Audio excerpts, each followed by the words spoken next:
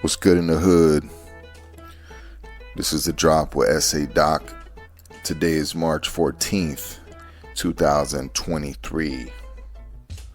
It is a Tuesday evening in Las Vegas. Bringing it to you live and direct. That Cypress Hill song, right? When they have that sample in the background. Live and direct. I think it's like 1 little, 2 little, 3 little putos tried to jack me. That one. For a long time, I had no idea what that sample said, like in the background of that song. And it actually says live and direct, rec. Live and direct. Yeah, it took me like forever to, oh shit. We had a mini earthquake here. Live and direct. So yeah, welcome to the show. Thank you all for tuning in. Today I've got a special episode, touching on an important subject that, it's important. It's something that, at one point or another, we're all affected by this, or, we have an encounter with a member of law enforcement. So this episode is called Officer, I Need to Speak to Your Manager. So I don't know if you've ever, had an encounter where you actually had to, ask for that officer's supervisor, right? You see these videos online all the time. You have, these folks that'll post up somewhere, like in a public building, and they're recording, and they sort of bait these officers. They'll sort of bait these officers to come and approach them, right? And they're, they're dickheads on purpose. Again, they want to go and prove that, they have a right to be there, and, it's their way of holding officers accountable. So, again, this episode's called Officer, I Need to Speak to Your Manager. Because, at some point, you've been pulled over, or, something's happened to you where, you were treated unfairly.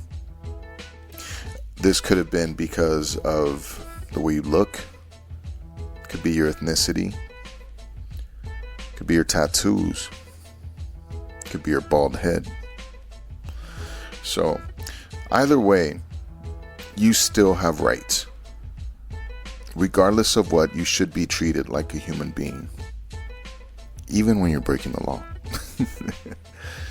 Because mind you, I've gotten in trouble. And even the times when I did something wrong, there's really no need to be uncivil. You're doing your job and I'm doing mine at that moment. There's no need for us to be discourteous towards each other. If I'm doing something wrong and you're going to arrest me, then by all means, it is what it is, right? That's what lawyers are for. But there's no need for attitude and, ego, and it screams like immaturity. So, so in a sense, we're talking about things that may lead to police brutality and excessive force. It's been a topic of discussion for many decades. In fact, the abuse of authority goes back thousands and thousands of years. But now, in modern society, where every human's rights are restricted or contained by the laws that govern us all, the keepers and upholders of these laws are the law enforcement officers who make the arrests, the lawmakers, and members of the local government who enforce the laws, like district attorneys, judges, and so on. So in the United States, there's been a history of abuse of power by law enforcement, which has, up until recently, been, the majority Caucasian officers. And hip-hop and the law enforcement have always been on opposing ends, with rappers like NWA, making songs like Fuck the Police. Tupac, who shot 2 off-duty cops, who I think they were in the process of committing a crime. They were doing something. I forget exactly what. But Tupac actually shot 2 off-duty cops and got away with it. Tupac was a victim of violence himself. He was beaten by officers for jaywalking. He sued the city of Oakland for $10 million. And he won, I believe. I think he won more than $10 million. But, here we are in 2023 and still seeing the abuse of power from law enforcement. Now, with the ease of recording devices and cell phones, you can find videos throughout the internet of encounters with police, during routine traffic stops. And you see these videos all the time, right? You can have a dash cam. They've also got the body cams, right? And I think, those things make it so, there's less room for bullshit about what actually happened. So I was recently pulled over and it's been a long time for me. I think, the last time that I got a ticket was probably 6 years ago. Okay. And it was a speed trap. And if you live in Las Vegas, this was on Civic Center in Lake Mead. So I was crossing, I was on Civic Center. I'm heading northbound. I had my son in the car. And I'm crossing Lake Mead, and I think I kind of sort of took the red, and there was a motorcycle cop,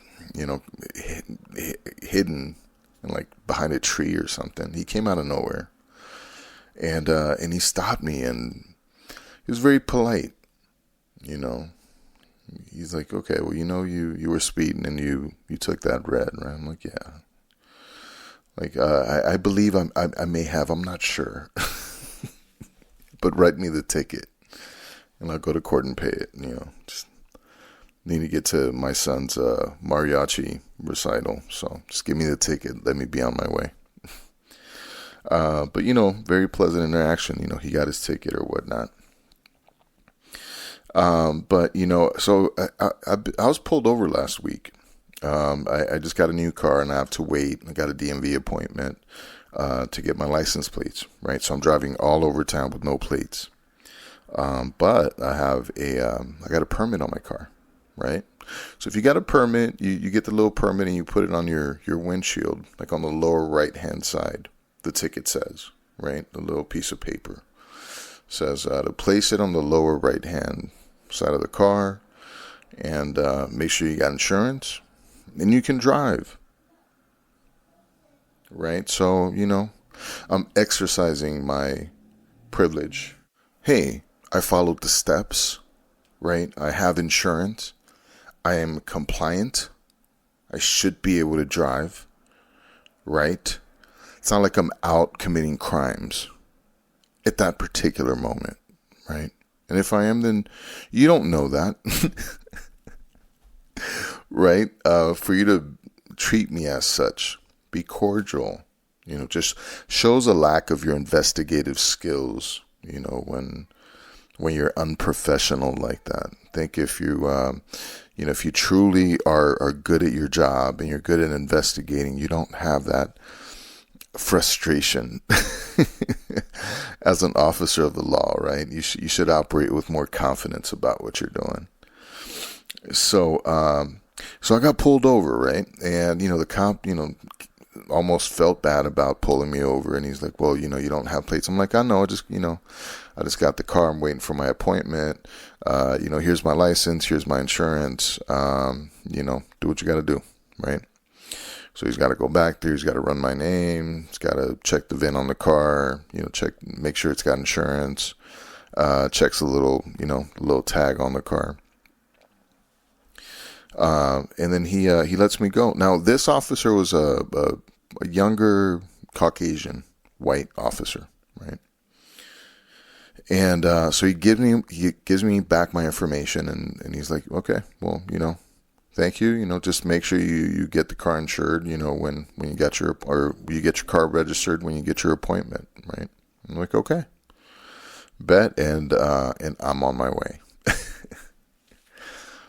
So the next day, now mind you, I'm doing quite a bit of driving all over town, and I'm not getting pulled over. So I'm actually quite surprised that I'm pretty much driving everywhere, and knock on wood, I'm not being pulled over, right? And the car's got tinted windows, so you can't see the permit from the back. So if you're to pull me over and you're behind me, you can't see if there's any sort of permit on the windshield, right? So it's a total mystery. Is the car stolen? Who's in the car? I don't know. So again, I got pulled over the day after that. Now, this was a totally different experience. So, the guy exits the car, right? Because I'm looking at my rear view. As soon as I pull over, I turn the car off. My hands are on the steering wheel, and I'm paying attention to everything that's going on because I don't trust these motherfuckers. Right? So, and again, there's no reason for you to act out of character, right? Or be rude or not cordial. But you have to know what to do. And you should teach this to your children. So I have my hands on the steering wheel, and I'm waiting for the officer to come up, right? So, and I can see him nervously walking towards the car. Okay. And they do this thing where they touch the car when they're approaching you. And there's a reason for it, and I don't know what it is. If you know, let me know. Send me a message. But there's a reason why they, I guess, touch the car, right? There's some kind of purpose for it. But here he is, and he's walking very nervously towards the car. I don't know what this cop is thinking, okay? And it's just me in the car. There's like nothing going on. I'm on my way home. Okay, so he asks for my information. I give it to him, And then he starts asking. He's like, hey, have you ever been arrested for anything?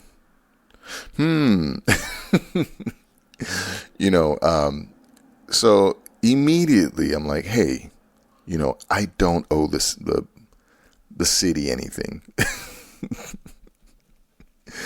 I have paid all my debts to society. And I think that was my response, right? It's basically saying, hey, fuck you. I'm not telling you shit. You have no reason to be questioning me, right? So instead of me being all anal about it, I just let them know, hey, all my debts to society have been paid. And he didn't respond. He had really nothing to say about it. It was his little attempt to try to probe and get more information. Again, I don't know what the hell this cop's thinking, pulling me over, but he's got a lot on his mind. There's definitely some stuff happening in his head. So I give him my information. I let him know, hey, the car's not registered yet. I got a permit. It's on the window. There it is. He goes around the car. He looks at the VIN. He looks at the permit. Give him my insurance. Give him my ID. He goes back to his car. Now, the way that he walks back to his car, it's like nervously, right? And he says, keep your hands on the steering wheel. I'm like, okay. Well, they were on there already. So, what if I need to scratch my balls, officer? Do I have permission to scratch my balls in your presence? But I see him walking back to his SUV, and he's walking backwards, right? He's got eyes on the car, and he's walking backwards. Right, and you kind of see him stumbling, and the way that he was walking, right, he was like moving side to side, just like an iguana. The ones that like open their arms out and they have wings and shouldn't fly. But he's doing this like side motion, like as he's walking backwards. So I'm like, what's wrong with this guy? Now I'm worried. So after a while, I see that there's another cop that shows up, and it's this cop, by the way, he looked Asian, like an Asian guy with like a goatee, you probably mid-20s, maybe early 30s. I see him, he goes back there for a while. He's checking my ID or whatnot, and another officer shows up, and it's like a tall white guy, right? I don't know why I'm assuming that's a supervisor. How racist of me, right? Because who knows? It could have been the other way around, but I doubt it. The reason why I have a reason for doubting it, by the way, it has nothing to do with looks. So they talk for a quick minute, and he comes back to the car, and he says some stupid shit. He says, "Hey, it's your lucky day. I've got another call, so you're free to go." It's like a line off a movie, right? And me being the asshole that I am, right? I can't just let it go. So I'm like, well, wouldn't I be free to leave anyways? He said, "Hey, if you're going to argue with me." I'm like, well, I'm trying to understand exactly what you're saying, because I want to make sure that I'm compliant and that I'm doing the right thing. So exactly why would I not be able to drive off? So now I guess this guy's got to go, right? He's got a call. And we're sitting there arguing. And he says, well, I'd give you a ticket for not having any registration. I'm like, yeah, but I've got a permit. He goes, well, you didn't tell me that. You're supposed to take it off and show it to me. Does it come off the window? I'm like, no, man, it's taped on there pretty well. I'm like, do you want me to take it off? Can you just go around and like look at it and make sure it's valid, Again, I just want to make sure that I'm compliant. I'm not, I don't want to get into any trouble here. And the guy's just distraught, and I swear he was going to blow fuse. And he just lets it go and he leaves. But my concern was like, okay, was this motherfucker really sitting there thinking that he was going to let me go? And then so what? The next time that he sees me driving down the street, he's going to try to pull me over again and fuck with me. Right? It's like, no, we're not going to do that. We're going to figure this shit out right now. And if I'm doing something wrong, then you fucking give me a ticket, right? If you're going to give me a ticket, because I happen to call you out on some stupid shit, right? It's, you can see it on your cam, man. So if you feel stupid, or if I made you look stupid, there's other ways to handle it, because I was right,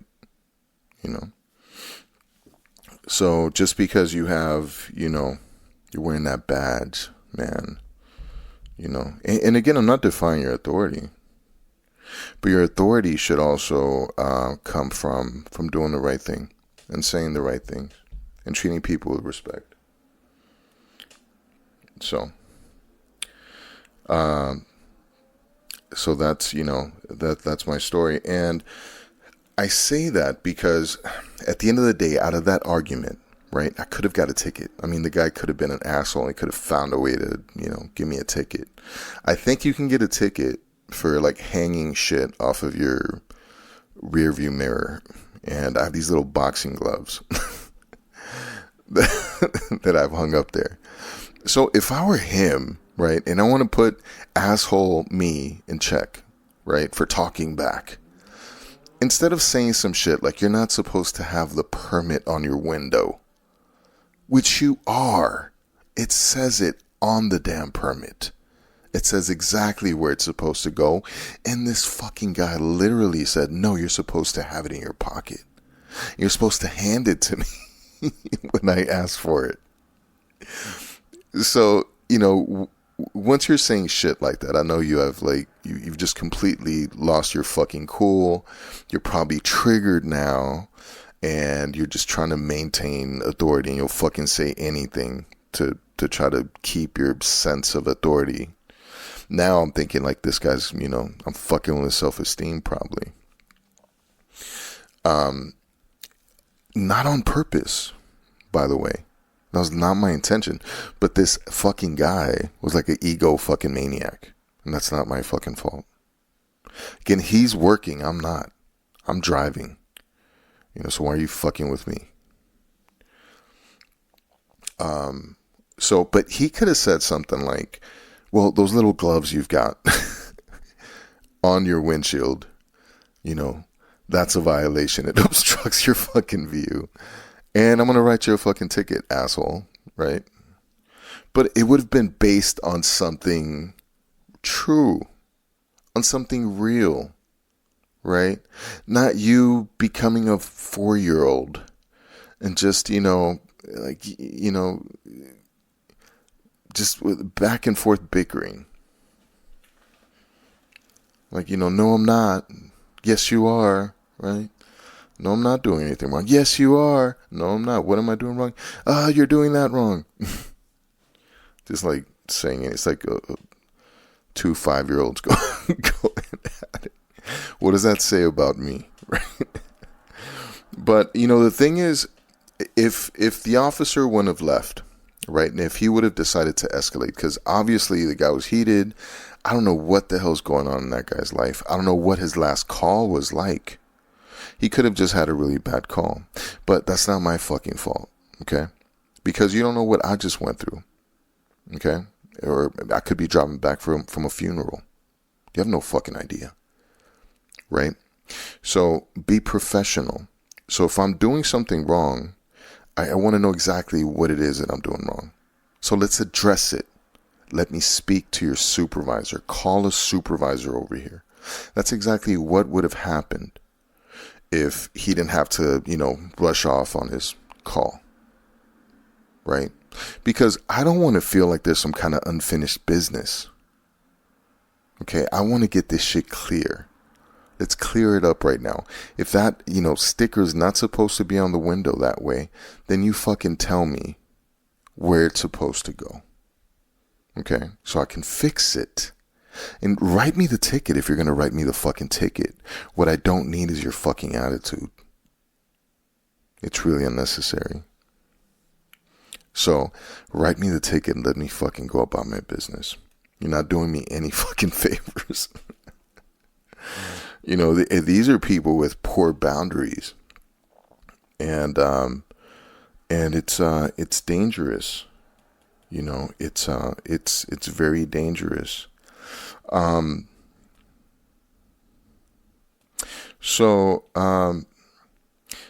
wanted to talk about,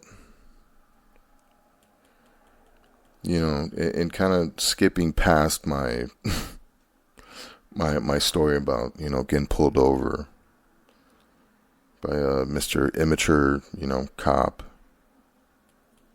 Why it's important to address it. It's because, guys like that give cops a bad name. Because obviously the guy was scared.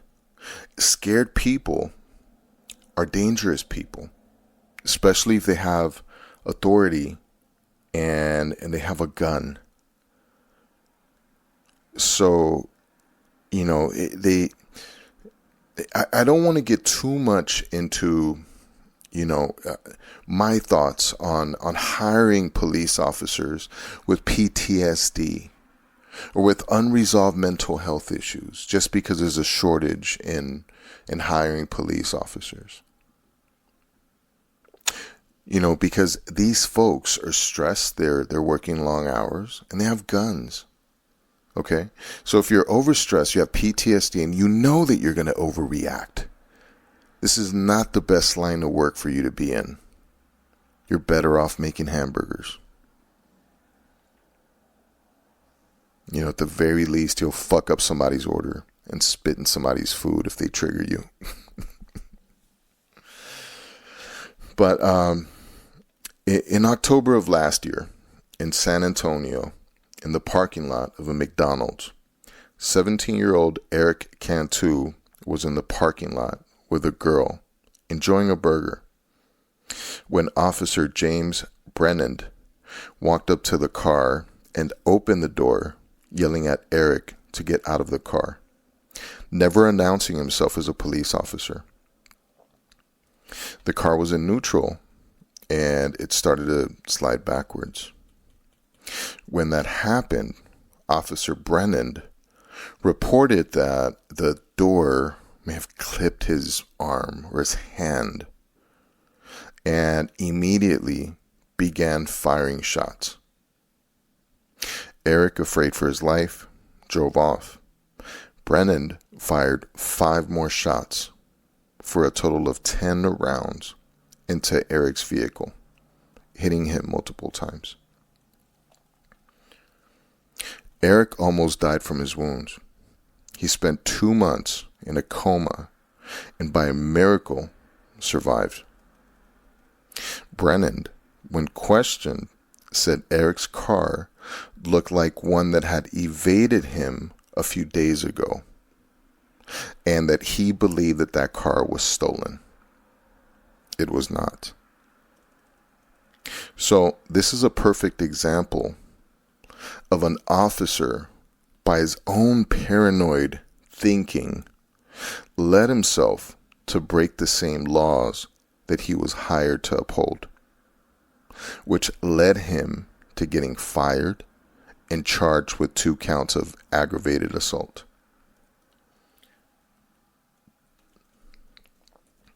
Officers like this have to be identified and held accountable and corrected before tragedies like this happen.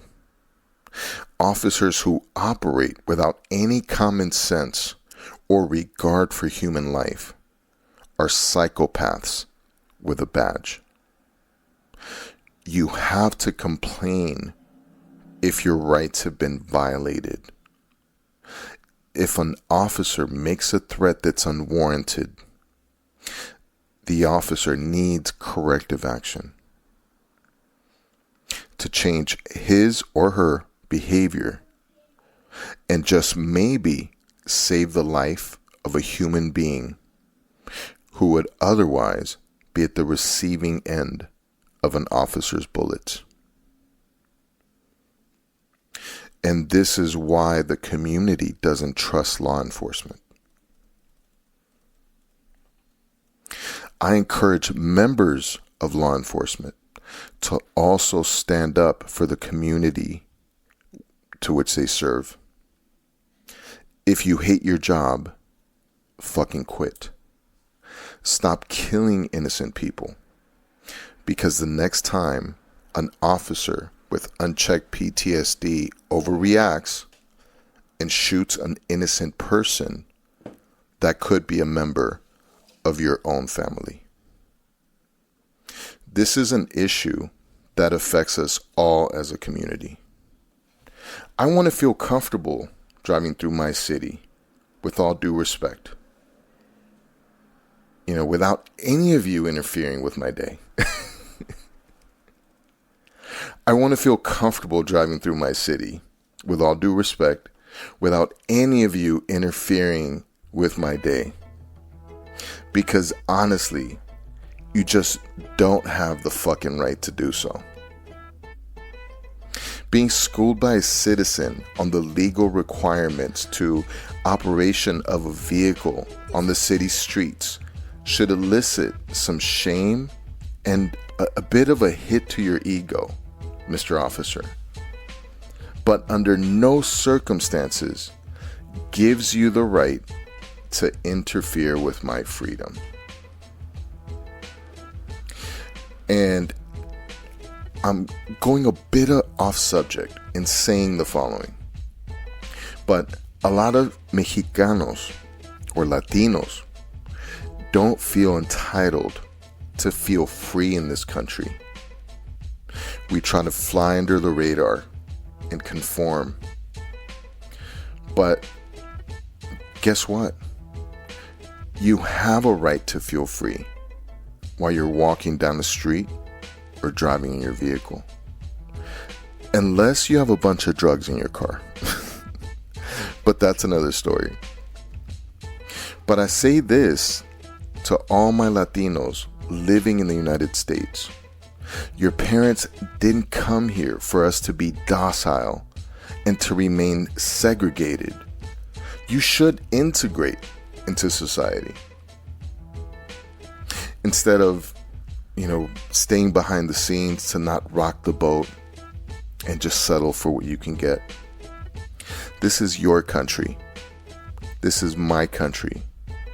No one can take that away from you, even if they try. You matter. We matter. Get educated and let your voice be heard. We are not only members of society, we are society. Make the government work for you, because you already work for the government and you don't even know it. You pay taxes, and even when they lock you up, they're profiting from you.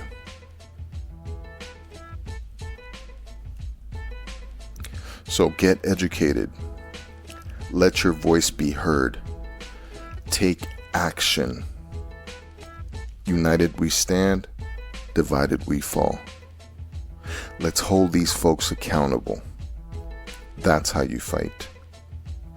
Thank you for listening. This is The Drop with SA Doc. Follow me on Instagram, SA_Docwell, or SA Doc on TikTok.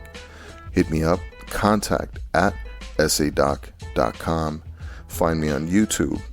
Like, follow, subscribe, and I'm out. Peace.